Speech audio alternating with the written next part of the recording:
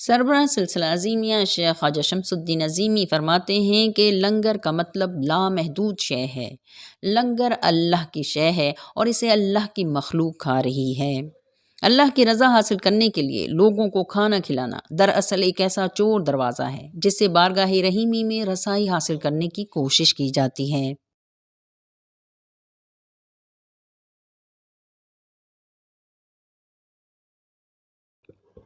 بسم اللہ الرحمن الرحیم، صلی اللہ تعالی علی حبیبہ محمد وآلہ وسلم۔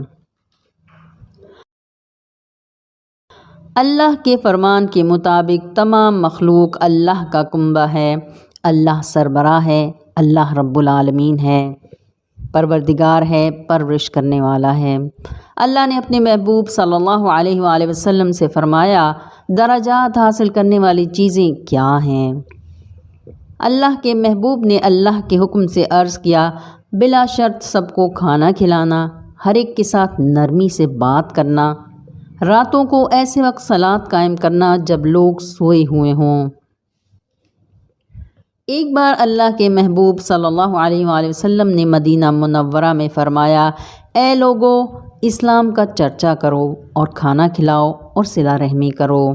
ایک اور جگہ ارشاد فرمایا، کھانا کھلانے والے کے پاس اتنی جلدی رزق پہنچتا ہے جتنی جلدی اونٹ کی گردن پر چھری بھی کارگر نہیں ہوتی۔ اللہ کے دوست حضرت ابراہیم علیہ السلام اللہ کی خوشنودی کے لیے ہر ایک کو کھانا کھلانے کا بطور خاص اہتمام کرتے تھے۔ آپ کا لنگر دن رات جاری رہتا تھا۔ بین الاقوامی روحانی اسکالر سربراہ سلسلہ عظیمیہ خواجہ شمس الدین عظیمی صاحب فرماتے ہیں کہ اللہ کی مخلوق کو اللہ کی خوشنودی کے لیے کھانا کھلانا لنگر کہلاتا ہے۔ لنگر کا مطلب لامحدود شے ہے۔ لنگر اللہ کی چیز ہے اور اسے اللہ کی مخلوق کھا رہی ہے۔ لنگر پکانے میں کبھی کنجوسی نہیں کرنی چاہیے، نہایت ذوق و شوق اور نفیس طریقے سے تیار کرنا چاہیے۔ حضور نبی کریم صلی اللہ علیہ وآلہ وسلم کے دور میں اصحاب صفہ کے لیے لنگر دن رات جاری رہتا تھا۔ امام احمد بن حنبل کے مطابق اصحاب صفہ کی تعداد 100 کے قریب تھی۔ وزیر حضوری شیخ عبد القادر جیلانی رحمۃ اللہ علیہ فرماتے ہیں کہ میرے نزدیک انسانوں کو کھانا کھلانا اور ان سے حسن سلوک سے پیش آنا افضل و اکمل ہے۔ آپ ہر مہینے کی 11 تاریخ کو اپنے مدرسہ بغداد میں آل رسول صلی اللہ علیہ وآلہ وسلم کے نام کا لنگر تیار کرواتے اور دور دراز سے آنے والوں سے ملاقات بھی کرتے۔ فرمان الہی ہے، جس شخص کو اللہ ہدایت دیتا ہے اس کا سینہ اسلام کے لیے کھول دیتا ہے، اور جس کو گمراہ کرتا ہے اس کے سینے میں سختی اور تنگی پیدا کر دیتا ہے۔ اللہ کی مخلوق کے لیے وسائل فراہم کرنا اللہ کی صفت ہے، یعنی مخلوق کی خدمت ہے۔ اس خدمت سے شعور کا پیمانہ اور فراخ دلی سے ذہن وسیع ہوتا ہے۔ اسی طرح دسترخوان وسیع کرنے سے سوچ میں وسعت پیدا ہوتی ہے۔ حضرت سید ذوقی شاہ فرماتے ہیں کہ کھانا کھلانا ایسا عمل ہے جسے اللہ بہت پسند فرماتا ہے، اور اس کا صلہ اس دنیا میں ہی شروع ہو جاتا ہے، کیونکہ دنیا میں مخلوق خدا کے رنج و غم کی شدت میں کمی کا سبب 2 چیزیں ہوتی ہیں۔ ایک وہ دلی دوست جو تسلی، دلاسا اور آپ کے ساتھ بیٹھ کر آنسو بہائے اور رنج و غم کی شدت کو ہلکا کر دے، اور دوسرا لذیذ اور مزیدار کھانا کہ دل کو قوت بخشتا ہے اور پھر رنج و غم اٹھانے اور برداشت کرنے کی طاقت پیدا ہوتی ہے۔ حضرت بابا فرید الدین گنج شکر فرماتے ہیں کہ حضور پاک صلی اللہ علیہ وآلہ وسلم نے فرمایا کہ کھانا دو چاہے کوئی بھی ہو، خواہ اس کو جانتے ہو یا نہ جانتے ہو، اور سلام کرو جو بھی سامنے آئے، چاہے اس سے شناسائی ہو یا نہ ہو۔ اسی دوران کھانا سامنے لایا گیا، چاول بھی تھے۔ پھر فرمایا کہ ایک دفعہ صحابہ کرام نے کھانا تیار کیا، ہر شخص نے کوئی نہ کوئی چیز اپنے ذمے لے لی۔ ایک نے کہا گوشت میری طرف سے، دوسرے نے کہا مسالہ میری طرف سے، ہر شخص نے کچھ نہ کچھ حصہ ڈالا۔ پھر رسول اللہ صلی اللہ علیہ وآلہ وسلم نے فرمایا چاول میری طرف سے۔ سربراہ سلسلہ عظیمیہ خواجہ شمس الدین عظیمی صاحب فرماتے ہیں کہ اسلام میں بہترین عمل بلا شرط سب کو کھانا کھلانا ہے۔ اگر کھانا اس لیے کھلایا جائے کہ کل کو ہمیں بھی کھانا ملے گا تو روحانی نقطۂ نظر سے یہ غلط سوچ ہے۔ اگر صرف اللہ کی رضا کے لیے مخلوق کو کھانا کھلایا جائے اور مخلوق سے اس عمل کے بدلے کوئی توقع قائم نہ کی جائے تو پھر یہ عمل بے غرض ہوگا اور اللہ کی صفت رحیمی کا عکس ہوگا، اور جس بندے کے اندر صفت رحیمی متحرک ہو جاتی ہے وہ کائناتی سسٹم کے تحت دنیا میں موجود ہر بندے کی خدمت کرتا ہے۔ کھانا کھلانے کا طریقہ یہ ہے کہ جو میسر ہے وہ کھلا دے اور اس کی پرواہ نہ کرے کہ کھانے میں کون کون شریک ہوتا ہے، دانے دانے پر مہر ہے۔ روایت ہے کہ حضرت موسیٰ علیہ السلام کے دور میں ایک عابد 30 برس سے غار میں گوشہ نشین تھا۔ اللہ نے حضرت موسیٰ علیہ السلام سے فرمایا، اس عابد سے کہو اپنی کوئی خواہش بیان کرے۔ حضرت موسیٰ علیہ السلام نے اللہ کا یہ پیغام اس عابد کو پہنچایا تو اس نے کہا، عرصہ ہوا پیٹ بھر کر کھانا نہیں کھایا، بس ایک بار پیٹ بھر کر کھانا کھلا دو۔ حضرت موسیٰ علیہ السلام نے عابد کی یہ درخواست اللہ کے حضور پیش فرما دی تو اللہ نے فرمایا، دیکھا تم نے اس نے کتنی ذلیل خواہش کی ہے۔ پھر فرمایا، اچھا 2 کلو چاول اس کو دے دو۔ حضرت موسیٰ علیہ السلام نے دے دیے۔ کچھ عرصہ بعد حضرت موسیٰ علیہ السلام کا وہاں سے گزر ہوا تو دیکھا کہ وہ عابد بیٹھا ہوا ہے اور دیگیں پک رہی ہیں۔ بہت حیران ہوئے اور کوہ طور پر جا کر اللہ سے اس کا سبب دریافت کیا تو اللہ نے فرمایا، تم میرے رسول ہو، تم 2 بار اس کے پاس گئے تو اس کی برکت سے اس کے دل میں صفائی اور پاکیزگی پیدا ہو گئی، اور اس عابد نے وہ سارے چاول پکا کر خیرات کر دیے۔ اس کے اس فعل سے ہم بہت خوش ہوئے اور 10 دنیا اور 70 آخرت کے مصداق ہم نے اسے 10 گنا چاول دے دیے۔ اس نے وہ بھی اسی طرح پکا کر خیرات کر دیے۔ وہ خیرات کرتا رہا اور ہم اسے دیتے رہے۔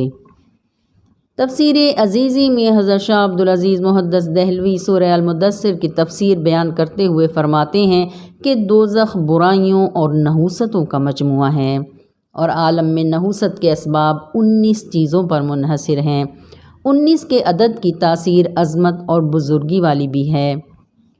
5 نمازوں کے فرض 19 بنتے ہیں۔ اگر ہم نماز پڑھنے والوں میں سے ہوتے تو 19 رکعتیں ہمارے کام آتیں اور ہمیں دوزخ کے 19 معوقلوں سے نجات دلاتی۔ معوقل یا فرشتہ ایک ہی بات ہے۔ حدیث نبوی صلی اللہ علیہ وآلہ وسلم ہے، جبرائیل معوقل ہیں ہوا پر۔ دوزخ کے ان 19 معوقلوں سے نجات حاصل کرنے کا طریقہ یہ بھی ہے کہ کھانا کھلایا جائے۔ کھانا کھلانے میں بھی 19 چیزیں پائی جاتی ہیں۔ حضرت حاجی امداد اللہ مہاجر مکی فرماتے ہیں، جو کھانا اللہ کے لیے تقسیم کیا جاتا ہے تو یہ عمل نور علی نور ہے اور اللہ کا بہت پسندیدہ ہے۔ حضور نبی کریم صلی اللہ علیہ وآلہ وسلم کے دادا حضرت عبد المطلب نے اپنے پوتے محمد کی ولادت کی خوشی میں تقریباً 100 اونٹ ذبح کیے اور اہل مکہ کی 3 دن شاندار دعوت کی۔ پھر مزید اونٹ ذبح کر کے مکہ کی پہاڑیوں اور وادیوں میں بھی گوشت رکھ دیا گیا تاکہ چرند پرند اور حیوانات بھی کھائیں۔ حضرت خواجہ نور محمد چوراہی فرماتے ہیں کہ جو شخص حضور صلی اللہ علیہ وآلہ وسلم کی ولادت کے موقع پر درود شریف اور لنگر کا خصوصی اہتمام کرتا ہے تو اس کا رزق کبھی کم نہ ہوگا۔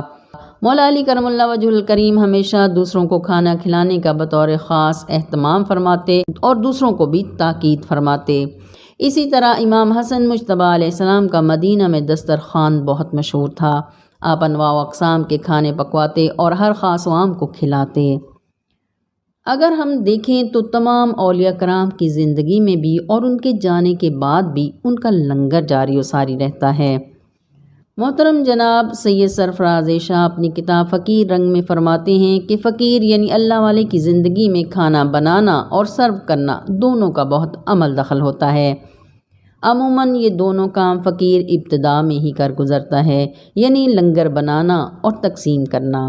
پھر یہی کام فقیر کے پاس آنے والے خوشی خوشی کرتے ہیں، لوگوں کے لیے لنگر بناتے ہیں اور پھر ان کے جھوٹے برتن دھونے سے سالک کا نفس مرتا ہے، اس کی میں قطعی طور پر کچلی جاتی ہے۔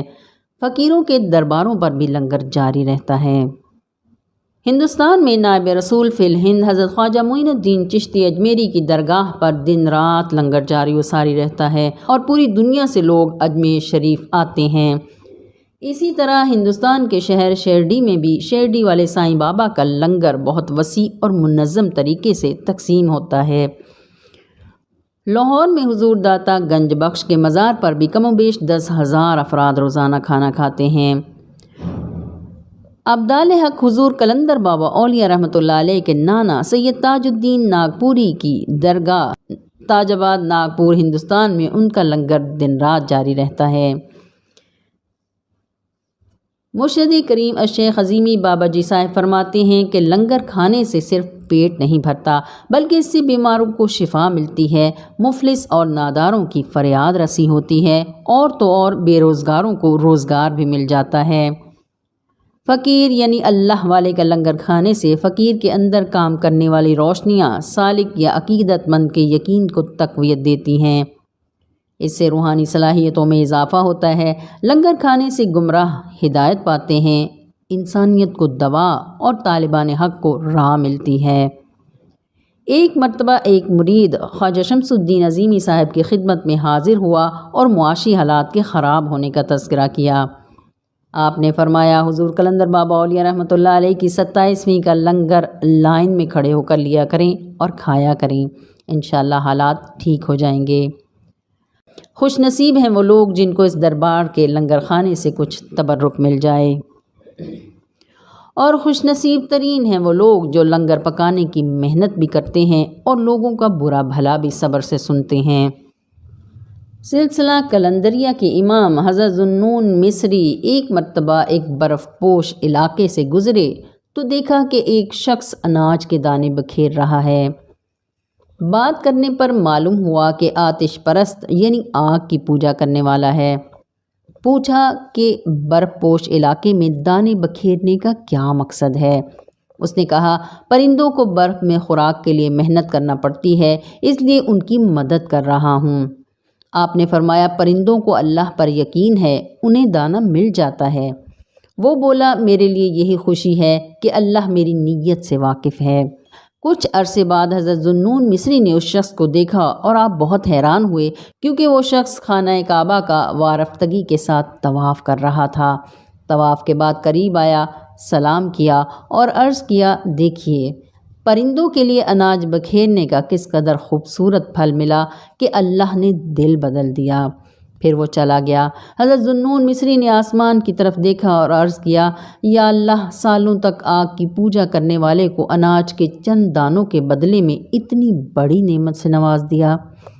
ہاتف غیبی سے آواز آئی، ہم مختار ہیں، ہمارے کام میں کسی کو دخل اندازی کی اجازت نہیں ہے۔ اللہ کے محبوب خاتم النبیین وجہ تخلیق کائنات حضور صلی اللہ علیہ وآلہ وسلم کی ولادت باسعادت کے موقع پر دنیا بھر کے مسلمان لنگر یا نیاز دلاتے ہیں اور تقسیم کرتے ہیں۔ اللہ کے محبوب خاتم النبیین وجہ تخلیق کائنات حضور علیہ الصلاۃ والسلام کی ولادت باسعادت کے موقع پر دنیا بھر کے مسلمان نیاز یا لنگر پکاتے اور تقسیم کرتے ہیں۔ ایک مرتبہ بچپن میں امام حسن و حسین علیہ السلام بیمار ہو گئے تو حضرت علی کرم اللہ وجہ الکریم اور سیدہ فاطمہ زہرا بتول نے حضور نبی کریم صلی اللہ علیہ وآلہ وسلم کے حکم پر شہزادوں کی صحت کے لیے 3 روزوں کی منت مانی۔ اللہ تعالیٰ نے شہزادوں کو شفا دی۔ جب نظر کے روزوں کو ادا کرنے کا وقت آیا تو سب نے روزے کی نیت کر لی۔ تینوں دن افطار کے وقت سامنے روٹیاں رکھی گئیں تو ایک دن مسکین، ایک دن یتیم اور ایک دن قیدی نے دروازے پر آ کر صدا لگائی اور روٹیوں کا سوال کیا تو تینوں دن سب روٹیاں سائل کو دے دی گئیں اور پانی سے روزہ افطار کر لیا گیا۔ اللہ تعالیٰ کو اہل بیت مصطفیٰ کا یہ عمل اس قدر پسند آیا کہ قرآن مجید نے یوں ارشاد فرمایا، بسم اللہ الرحمن الرحیم وَيُطْعِمُونَ الطَّعَامَ عَلَى حُبِّهِ مِسْكِينًا وَيَتِيمًا وَأَسِيرًا إِنَّمَا نُطْعِمُكُمْ لِوَجْهِ اللَّهِ لَا نُرِيدُ مِنكُمْ جَزَاءً وَلَا شُكُورًا، اور وہ اس کی محبت پر مسکین اور یتیم اور قیدی کو کھلاتے ہیں اور کہتے ہیں، ہم جو تمہیں کھلاتے ہیں تو خاص اللہ کے لیے، نہ ہمیں تم سے بدلہ لینا مقصود ہے اور نہ شکر گزاری۔ اس وقت نواسہ رسول سید الشہداء امام حسین علیہ السلام کی نیاز اور لنگر پوری دنیا میں سب سے زیادہ بنتا اور تقسیم ہوتا ہے۔ اولیاء اللہ کے عرس مبارک، عیدین اور خاص لنگر کے روز لنگر خانے سے انسان تو انسان، جنات اور ارواح بھی تبرک حاصل کرتے نظر آتے ہیں۔ دراصل فقیر کے لنگر خانے کے پس پردہ فیض عام جاری و ساری رہتا ہے۔ اللہ کی مخلوق کو اللہ کی رضا اور خوشنودی حاصل کرنے کے لیے کھانا کھلانا دراصل ایسا چور دروازہ ہے جس سے بارگاہ رحیمی میں رسائی حاصل کرنے کی کوشش کی جاتی ہے۔ اللہ تعالی ہمیں بھی اپنا دسترخوان اور سوچ وسیع کرنے کی توفیق عطا فرمائے۔ آمین یا رب العالمین، آمین۔